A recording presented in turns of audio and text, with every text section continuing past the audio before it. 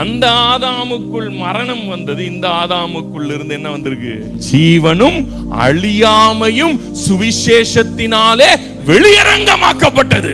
அந்த ஆதாம் இறக்கி விட்ட மரணம் இவ்வளவு வேலை செய்ய முடியும்னா, இந்த ஆதாமுக்குள்ள இருக்கிற ஜீவனும் அழியாமையும் ஏன் இந்த பூமியை ஆள முடியாது?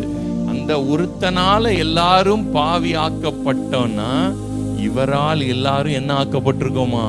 நீதிமான்கள் ஆக்கப்பட்டோம்.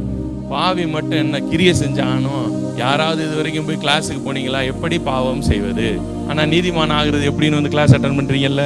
இந்த மாதிரி பாவி எப்படி ஆவது அப்படின்னு யாராவது கிளாஸ் அட்டன் பண்ணுமா? யாராவது போயணுமா? போல. அப்புறம் எப்படி? அது இன்பில்ட்டாவே வந்துருச்சு. அது தானா வேலை செய்யுது. அதே போல நீங்க நீதிமானாக்கப்பட்டிருக்கிறதும் உங்களுக்குள்ள என்ன செய்யப்பட்டிருக்கு? இருக்கு.